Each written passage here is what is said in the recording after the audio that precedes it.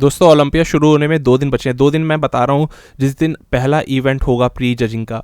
Schedule पूरा का पूरा मैं सामने आपके लेकर आऊँगा अगली वीडियो में, लेकिन आज हम बात करेंगे अपडेट्स की इस वीडियो के अंदर। कल ही हमें पता लगा कि निक वॉकर बाहर हो गए ओलंपिया से, और मैंने अपडेट वीडियो में बनाने का इंतजार नहीं करा, मैंने डायरेक्टली आपको अलग से एक वीडियो बना के उसके लिए दे दी थी। और हमें पता है निक वॉकर के बाहर होने का रीज़न क्या था। उनका हो गया था हैमस्ट्रिंग टीयर, जिस वजह से अब वो ट्रेनिंग क्या छोड़ो, अब वो स्टेज पे खड़े भी नहीं हो सकते। वो काफ़ी ज़्यादा अच्छे खासे उनके प्रॉब्लम हो गई है, वहाँ से मसल उखड़ गई उनकी, एक तरह से मांस फटना जिसको कहते हैं, पूरा वहाँ पर नीला लाल काला ऐसे इस तरह से हो गया। और यही होता है एथलीट्स जब एकदम प्रेप कर रहे होते हैं एंड टाइम पे जब वो पुश कर रहे होते हैं, नॉर्मल ट्रेनिंग से भी कई बार टीयर हो जाते हैं। कोई भी ऐसा एथलीट नहीं है जिसके साथ कभी कोई इंजरी ना हुई हो, बहुत ही ऐसे होते भी हैं। वैसे तो डेक्स्टर जैक्सन का नाम है, सही बताऊं, डेक्स्टर के साथ कभी कोई इंजरी नहीं हुई, लेकिन at the very end of his career हमें दिखाई दिया कि उनके भी बाइसेप में प्रॉब्लम आने लग गया था। तो प्रॉब्लम कभी भी किसी के भी साथ हो सकती है। ऐसा तो कोई एथलीट नहीं होगा जो कहेगा मेरे साथ कभी कोई टीयर की समस्या नहीं हुई। और प्रेप करने के टाइम पे जो समस्याएं आती है एथलीट्स को, स्टमक इशू, कई सारे तरह के इशू, वो तो सब ने फेस करे हैं। तो ये एक ऐसी चीज़ है, टीयर होना या किसी भी तरीके की समस्याएं फेस करना बॉडी बिल्डिंग के अंदर काफ़ी कॉमन चीज़ है। निक वॉकर के साथ ऐसा हुआ ऐसे पॉइंट पे जहां वो इस तरीके से कॉन्फिडेंट इतना ज़्यादा फील कर रहे थे कि मैं इस साल मिस्टर ओलंपिया चैंपियन बनूंगा। इस तरीके से हर साल बोलते तो हैं, लेकिन इस बार उनकी प्रेप बहुत स्मूथ जा रही थी, हर चीज़ एकदम परफेक्ट जा रही थी, लेकिन अचानक से उनको रुकना पड़ा।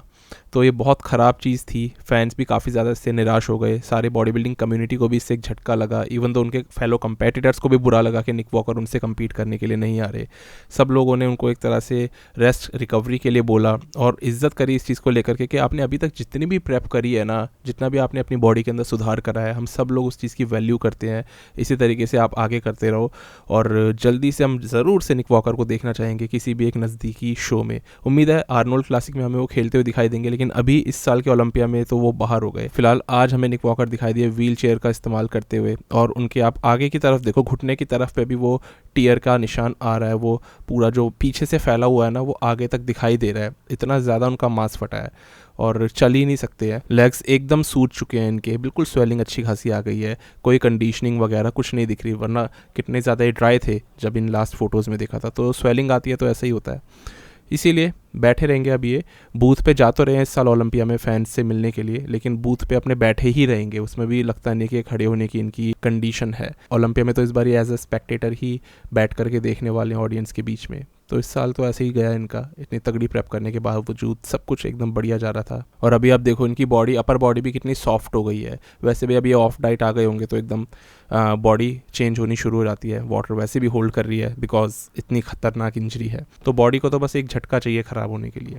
अनफॉर्चुनेट इंसिडेंट हुआ वॉकर के साथ। अब पता नहीं, हो सकता है 1 महीना इनको लगे रिकवर होने में, और पूरी तरह रिकवर होने में 3 से 4 महीने लग जाएं। डिपेंड करता है डॉक्टर्स ने इनको क्या वर्ड्स दिए हैं सामने से, तभी हम बता पाएंगे जब निक वॉकर खुद सामने से कोई अपडेट हमें देंगे। इसके बाद अगर बात करता हूँ अगले एथलीट की, वेज़ले दिखाते हैं 6 दिन पुराना अपना ये अपडेट। यहाँ पर हम देख पाएंगे कि वेज़ले की फिजिक जिस तरह स्टेज पे दिखती है उससे थोड़ी सी फ्लैट दिख रही है, क्योंकि ऑब्वियसली ये सारे लोग अभी बिल्कुल एकदम फ्लैट होंगे, वेट रेंज के अंदर अपने आएंगे, इनकी वेइंग होती है, उसके बाद ये कार्ब लोडिंग करते हैं। तो अभी सब लोग पीक वीक में तो है, लेकिन इस अपडेट में इनकी फिजिक ऐसी दिख रही है। अभी अपडेट 1 दिन पुराना इनका है, 1 दिन में तो इनकी फिजिक अब चेंज हो चुकी होगी, 1-1 घंटे में चेंज हो जाती है। ये ओलंपिया का टाइम ही ऐसा होता है। इसके अंदर जिस तरह से दिख रहे हैं, हो सकता है अब और ज़्यादा फ्लैट दिख रहे हों, क्योंकि उनको वेइंग के लिए रेडी होना है, उसके बाद वो फुल दिखना शुरू होंगे। इसके अंदर अगर हम बात करें तो लोग हद से ज़्यादा इनसे इंप्रेस हो रहे हैं, कह रहे हैं यार अगर ये फिजिक टॉप 3 में नहीं आ सकती तो फिर और कौन सी आएगी। बहुत लोग चाहते हैं इस बार सीरियसली वेज़ले विज़र्स को लेकर के कि ये ऊपर प्लेस होने चाहिए। देखो मैंने भी अपनी 2 दिन पुरानी वाली वीडियो में बोला था कि वेज़ले को हालांकि मैं रख तो 7th पे रहा हूँ, पर सीरियसली चाहता हूँ कि ये एथलीट 6th नंबर पे आना चाहिए, क्योंकि 6th पे मैंने उस टाइम पे टेरेंस रफेन को रखा था, बट टेरेंस से much better conditioning muscle separation है वेज़ले पे। उस मसल सेपरेशन की, उस स्ट्रक्चर की वैल्यू होनी चाहिए। ये सही में बहुत अच्छी फिजिक है और हम सब लोग चाहते हैं, क्योंकि वेज़ले इस तरीके से दोस्तों हमेशा पीक होके आते हैं। पिछले साल भी अगर आपने देखा ओलंपिया में, मैंने इनको देखते ही बोल दिया था, मैंने कहा ये एथलीट अपनी लाइफ की बेस्ट कंडीशनिंग में आया है। और एक बार आदमी हिट करता है, ये लगातार उस कंडीशनिंग में पिछले साल से इस साल तक जितने भी प्रो शोज़ में दिखाई दिए बने रहे उस कंडीशनिंग के अंदर। अब ओलंपिया में भी देख लो कितने अच्छे दिख रहे हैं, अभी ओलंपिया आते आते भी।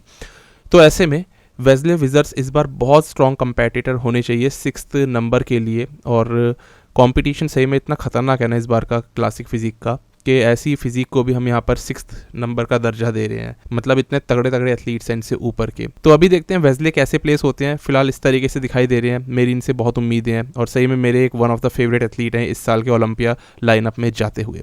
इसके बाद दोस्तों अगले एथलीट पे चलते हैं, बात करते हैं जेरेमी बुएंडिया की। जेरेमी को देखो मैंने तो प्रेडिक्शन वीडियो में प्रेडिक्ट करा था 9वें नंबर पे। अभी इन्होंने अपनी ये वाली फिजिक दिखाई थी, अब से करीबन 2 दिन पहले की फिजिक ये है।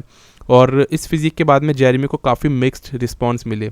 लोग हालांकि इनके डेडिकेशन की कदर तो करते हैं, लेकिन ये जानते हैं कि रियलिटी क्या है। कई सारे लोग इनको बोल रहे हैं कि नहीं आप चैलेंज कर सकते एरिन बैंक्स को या फिर ब्रेंडन हेंड्रिक्सन, कायरन होल्डन जैसे एथलीट्स को। बहुत सारे लोग जो जेरेमी के काफ़ी ज़्यादा फ़ैन हैं, तो वो लोग कह रहे हैं कि जेरेमी जीत भी सकते हैं। तो सबके रिस्पॉन्सेस काफ़ी मिक्स है, पर over the period of time ये हो रहा है कि ऑडियंस ना काफ़ी ज़्यादा अब मैच्योर होती जा रही है। इस चीज़ का ज़रूर से वो रिस्पेक्ट करती है जिस तरीके से डेडिकेशन जेरेमी ने दिखाया अभी इस साल की प्रेप के लिए, पर रियलिटी से भी वाकिफ़ है। इस फिजिक को काफ़ी बार कंपेयर भी किया गया जेरेमी की 2017 वाली फिजिक से, जिसमें कि ये यही वाला शॉट एक तरह से दिखा रहे थे और बहुत ज़्यादा एक ड्रास्टिक डिफरेंस तो नहीं दिखाई दिया था।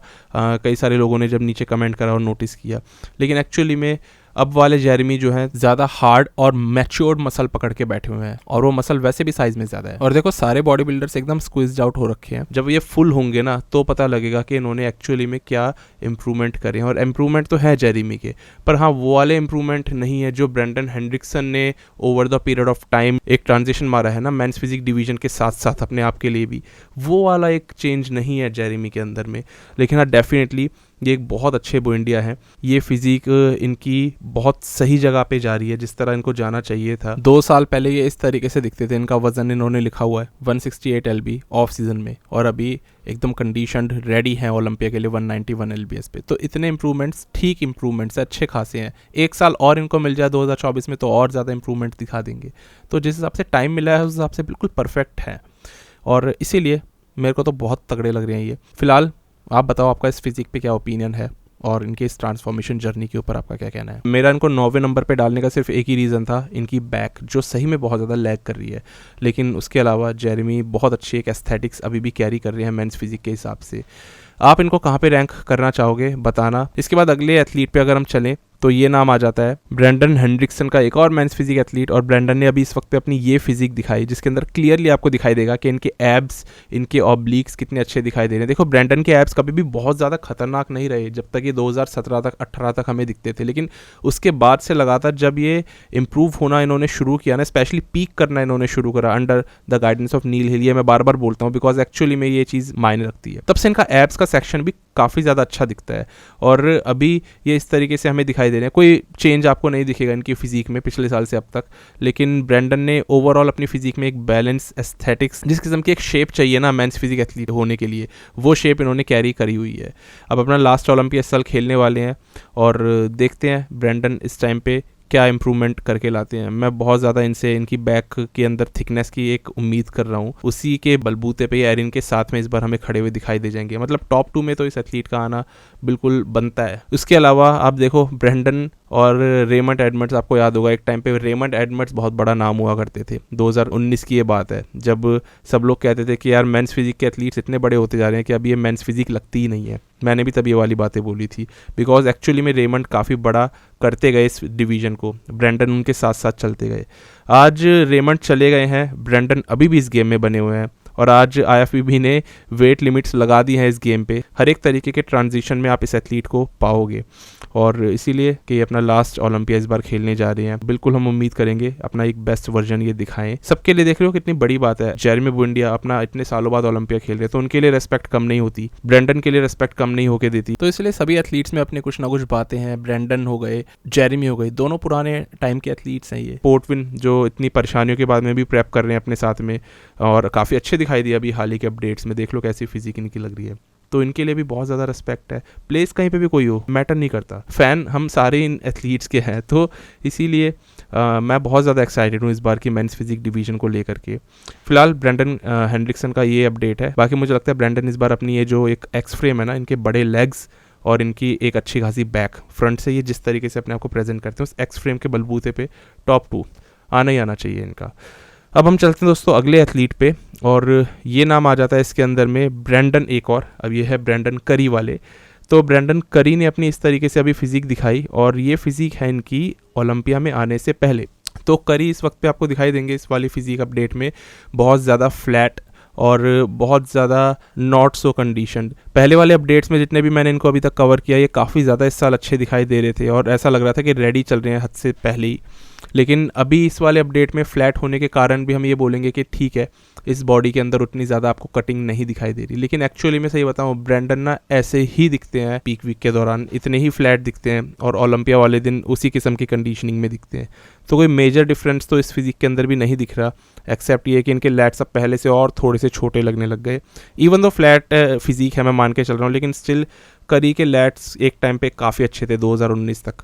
उसके बाद इनके लैट्स थोड़े से डिफ्लेट हुए हैं 2020 के ओलंपिया में, मैंने ये चीज़ नोटिस करते आपको बता दिया था। लेकिन देखते हैं फुलनेस आएगी तो लैट्स भी फुलनेस पकड़ेंगे ही पकड़ेंगे और इनके लेग्स भी फुलनेस पकड़ेंगे। लेकिन वही है कंडीशनिंग, इसमें ये इतना पीछे हो रहे हैं। चुनिंदा नाम है ना ओलंपिया को जो प्रेडिक्ट करके इस बार चल रहे हैं, लाइक रॉनी कोलमैन जैसे भी, वो ब्रैंडन करी से ऊपर एंड्रयू जैक्ट को प्रेडिक्ट कर चुके हैं, यानी 5th प्लेस एंड्रयू जैक्ट का। हालांकि प्रेडिक्शन वीडियो में मैंने 5th प्लेस अभी भी ब्रैंडन करी का दिया था, लेकिन एंड्रयू जैक्ट 5th प्लेस पूरी तरीके से डिज़र्व करते हैं। ये मैं अंदर से ये वाली बात मैं जानता हूँ और मैंने अपने ओपिनियन वीडियो में भी ये वाली बात बोली थी कि मेरे हिसाब से ये रिज़ल्ट इस तरह आने चाहिए। पर मैं ओपिनियन वीडियो नहीं बनाता, मैं प्रेडिक्शन वीडियो बनाता हूँ जिसमें मैं जजेस के हिसाब से सोचता हूँ। फिलहाल बहुत ज़्यादा डिफाइंड आपको नहीं दिखेंगे। हाँ, जैसे जैसे अभी पीक वीक के अंदर इनके अपडेट्स आएंगे ना तो बहुत तगड़े और एकदम इंप्रेसिव दिखने वाले हैं, क्योंकि तब तक लोडिंग करना शुरू कर देंगे। ये लोग स्लो लोडिंग करते चले जाते हैं leading up to the Olympia, इनको विंग तो करवानी नहीं होती है। तो करो कार्ब लोडिंग और दिखो एकदम रिफाइंड फुल फाइबर से भरे हुए। हम तो चाहते हैं एक अच्छे ब्रैंडन करी हमें दिखाई दे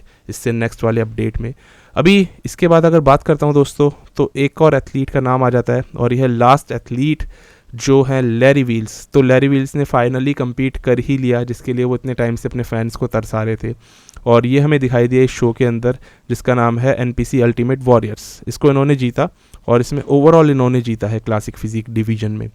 और सही बताऊं बहुत अच्छे लैरी व्हील्स हैं। इनके लेग्स के अंदर देखो, लेग्स इनके डेफिनेटली काफ़ी छोटे लग रहे हैं, लेकिन वो वैसे भी छोटे ही हैं। हमें मालूम है वो जेनेटिकली वो मसल में साइज़ उतना नहीं है, लेकिन आप ये देखो कि लेग्स की कंडीशनिंग कैसी रेजर शार्प कंडीशनिंग है। बॉडी अपर बॉडी इनकी डोमिनेट कर रही है और वो हमें पता ही था कि करने ही वाली है, तो वही चीज़ हो रही है। लेकिन अगेन बॉडी भी ऊपर से बहुत अच्छी लग रही है, बहुत अच्छा वैक्यूम पुल करके ये अपना शॉट मार रहे हैं। तो लैरी व्हील्स मैं आपको बता दूं ओलंपिया एमेच्योर में भी खेल चुके हैं और अभी compete ही कर रहे हैं जिस वक्त मैं ये वीडियो रिकॉर्ड कर रहा हूँ। अभी दिखाई दिए थे लाइव के अंदर, जो ओलंपिया वालों ने एक लाइव चलाया था इंस्टाग्राम पे।